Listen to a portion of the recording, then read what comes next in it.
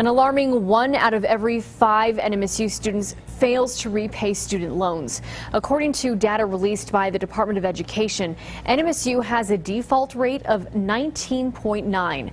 According to an online report, that puts NMSU at the top of the list for large public schools with the highest default rates. ABC 7's Josie Ortegon has a story you'll see only on ABC 7.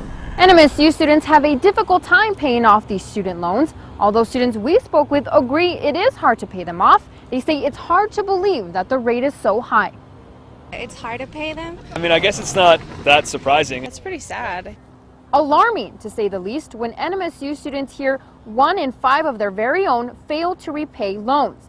According to the Department of Education, NMSU's default rate is at 19.9%. That number is the result of a 3-year period where students went into default in 2011.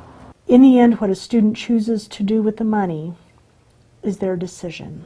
Montoya cites a number of different reasons for such a high rate. She says one is that the rate includes all of NMSU's community colleges. Another, that 49% of students are low income, which makes them more vulnerable to default. And the least surprising reason is that the rate includes a large percentage of freshmen who simply drop out and don't repay their loans. As a result, NMSU has cracked down on the availability of loans. NMSU now withholds first-time borrower loans for 30 days. It's a practice in place similar to sanctions by the Department of Education.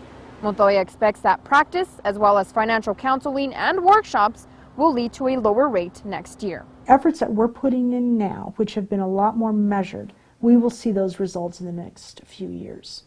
Next year being the first year. I'm told once a university reaches a rate of 30 to 35%, they do face sanctions and possible penalties.